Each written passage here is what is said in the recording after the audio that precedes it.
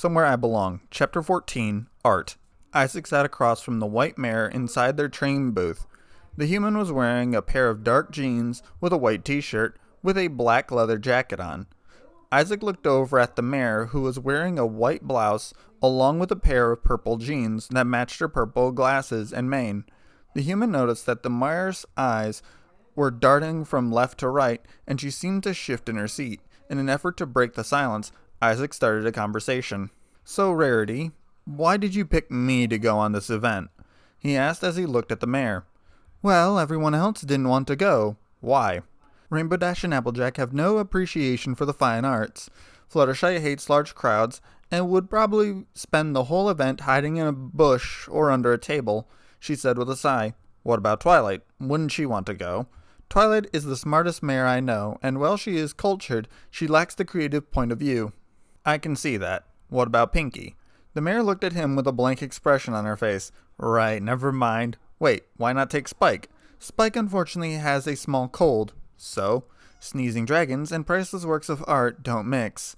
The human nodded his head in agreement. "You should know that I'm not very artistic and can't throw my 2 cents in if we get into a conversation," he said as he sat back. "I figured," she said as she looked at the man. "So why bring me then?"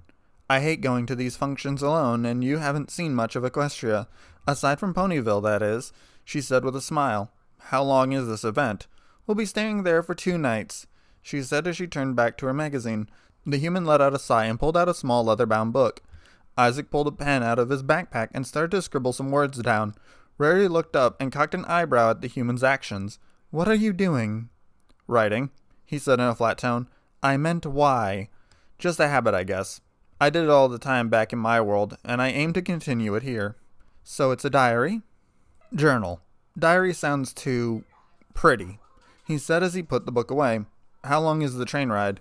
"We'll be there in 2 hours," she said as she looked at her watch. The human let out a groan and pulled out his laptop. "What in the name of Equestria is that?" "This is my laptop. MacBook Pro." "What does it do?" she asked as she sat next to the human and looked at the screen. "Almost anything. Right now I'm going to watch a movie. You want in?" he asked as he plugged in his headphones. "No thank you, darling. She was cut off as she saw the movie poster appear next to the description. "That dress is marvelous, and that hair is so unique," she said with a gasp. "Reconsidering, are we?" he said with a grin. Rarity pulled out an earphone splitter and connected it to the machine. Isaac pressed play and the two watched the flick. Isaac had noticed that the mare started to rest her head on his shoulder. The human paid no mind to it as he watched the film. By the time the movie had ended, the train had pulled to a stop, and the two grabbed their belongings and made their way off the train tracks. "That film was spectacular. I had no idea that humans were so creative." "We're full of surprises," he said as he and the mare waited for the cart filled with Rarity's belongings. The small cart seemed to be overflowing with bags filled with God knows what. "Thinking of setting up a vendor booth, Rares?" he said with a smirk. "Ha ha, very funny," she said in a sarcastic tone.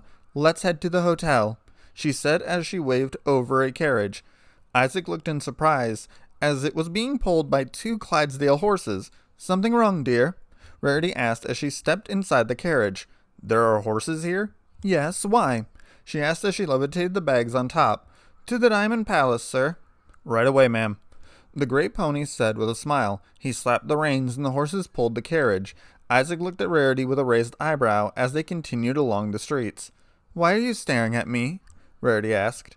"Just amazed that there are horses here," he said as he looked at the animals. "Why?" "I just figured since ponies are like humans, I just assumed the same for horses." "No, we use them for pulling carts and whatnot." "What about on your world?" "Same reason. I'm just still surprised," he said as he sat back. "What's so surprising?" "You may not know this, but on my world, ponies are just distant cousins of horses." "I know," she said in a calm voice. "So why do you make them pull carts?" "Well, they can't communicate, shop, or get jobs. I guess they're considered pets." Isaac held the stare and let out a sigh. "I guess I can see that. Humans do the same thing to monkeys, by putting them in zoos," he said as the cart stopped. The two got out of the cart with their belongings. Isaac let out a groan at the mountain of bags Rarity had in a pile outside the cart. Isaac tipped the stallion and gave him a nod. Isaac and the mare walked inside and stopped at the desk. The receptionist was a green unicorn mare with glasses. Good afternoon, she said with a smile. Hello. I have 2 rooms under Rarity Bell.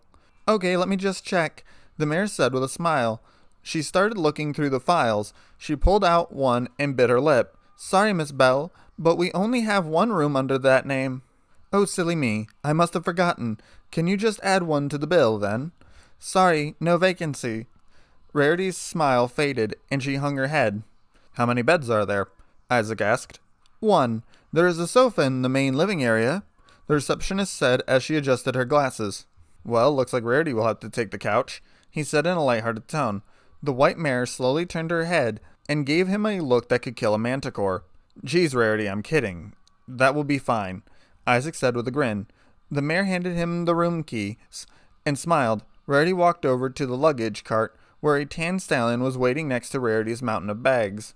Sir, please take these up to room 618 on floor 10, she said with a smile. Ma'am, the weight limit on the elevator won't take all this baggage. So make multiple trips, she said in a flat tone. I don't know, miss. Rarity let her hair down and made a pouting face. Please, she asked as her lip quivered. Whatever resistance the stallion had crumbled right there. As you wish, he said in a flat tone. Thank you, she said as she walked towards the elevator. Isaac walked over to the stallion, who silently cursed himself. Need a hand? Thank you, he said as he handed Isaac some bags. The 2 made their way towards the elevator. The stallion pressed the button and leaned against the elevator wall. The 2 let out a sigh as they rose. So, are you and her together? No, just friends, he said as the elevator stopped moving. The 2 grabbed the bags and made their way down the hallway. Isaac stopped at the room number and inserted the key into the slot and opened the door. The 2 walked inside and dropped the bags off. Isaac reached into his wallet and withdrew 20 bits. Here you go. Thank you, sir, he said as he left the room. Isaac looked around the room and whistled. A complete kitchen with living room, a queen-size bed and shower. The man threw his backpack and single bag onto the couch. He walked over to the fridge and withdrew a bottle of water. He looked over to see Rarity with a smile on her face. Ah, good, the luggage arrived. Yeah, what do you keep in here?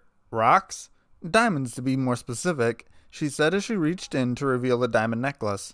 So when does this art thing start? Tonight at 7 o'clock, she said as she adjusted her hair in the mirror. Well, it's only noon, so what do we do? Shopping, she said as she levitated her purse over to her. Isaac facepalmed. I knew you were going to say that. Come along, Isaac. We have much to see, she said as she walked out the door. Isaac grabbed his jacket and reluctantly followed the mare. The 2 walked down the city street as Isaac kept his hood up to avoid attention. The 2 walked into a department store and started to look around the small shop. Isaac waited patiently as Rarity tried on outfit after outfit. The human withdrew his music player and selected a random song to help pass the time. Well, how do I look? Isaac looked up to see Rarity in a very small bikini swimsuit. The top was just 2 small triangles colored white that made her look like she was wearing nothing at all. Isaac felt himself blush at the sight. You look great, he said with a gulp. Do you think Spike will like it? She asked as she turned around. Deadass. Isaac quickly slapped himself in the face. Yeah, I think he'll approve, he said as he discreetly took a snapshot with his phone. The mayor walked behind the curtain. That's Spike's girl. Since when do you care? I may not like the fact that you're having sex with these things, but you took the bro code oath. What's bro code article 1? Bros before hoes. Correct, so control yourself. Isaac snapped back to reality as Rarity exited the changing room in the clothes she wore into the store. The white mare paid the cashier and the 2 made their way back out onto the city streets. Isaac pulled out his phone and selected Spike's contact. He pressed a few buttons and sent the text. Yo, Spike. Sup? Not much. How are you feeling? Lousy. Maybe this'll cheer you up. Back in Ponyville, the dragon was lying in bed with the phone in his claw. What could he mean by that? He said as the human sent him the picture he had just taken of the white mare. The dragon's jaw dropped, and a small dribble of blood came out of his nose. The dragon saved it in his phone and started to text. What are you 2 doing? Rarity wanted to go shopping, so she dragged me along with her for a second opinion. Oh, that makes sense. Yeah, I'm bored out of my skull here. Likewise. Crap, Rarity is about to buy something completely stupid. Better stop her. See ya. Peace. The dragon exited out of the message and stared at the picture of the white mare. Back in the busy city, the 2 friends sat down at a nearby coffee shop. Isaac quietly sipped his drink as the white mare glared at him. "Oh, don't give me that look. That hat was hideous," he said as he put his cup down on the table.